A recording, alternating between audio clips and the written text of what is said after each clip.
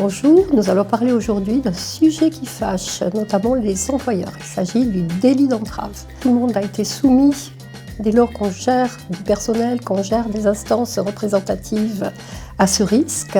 On n'a pas respecté la réglementation, on n'a pas fait exprès, mais le fait intentionnel n'est pas requis. Et puis, il y a une plainte qui a été déposée par un salarié, par un membre du CSE, par un DS auprès de l'inspection du travail, qui a lui-même saisi le procureur de la République. Alors, il y a eu une réforme en 2015. Le délit d'entrave n'est plus passible de prison, c'est une bonne nouvelle, mais le montant de l'amende a été doublé. Il est passé de 3 750 à 7 500 €, multiplié par 10 éventuellement quand il y a récidive.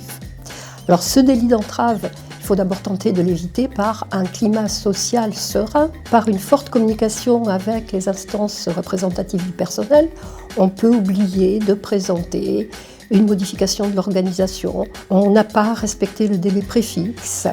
Ça peut arriver et tout peut être rattrapé. Maintenant, le délit d'entrave n'est pas absolu. Alors, il y a quelques cas que les juges acceptent et dans lequel le délit d'entrave ne sera pas retenu vis-à-vis de l'employeur. Alors ça peut d'abord être la contrainte, ça peut être la force majeure. Effectivement, l'employeur s'est trouvé obligé, de par certaines circonstances, à ne pas respecter les délais.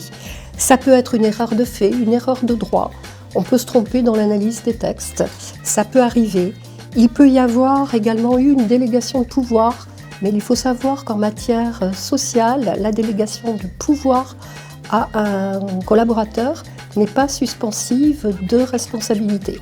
Donc les juges sont très réticents quand il s'agit de ne pas accepter le délit d'entrave. Malgré tout, il faut tenter et puis ne pas oublier d'éviter ces problèmes par une négociation importante et une communication quasi quotidienne.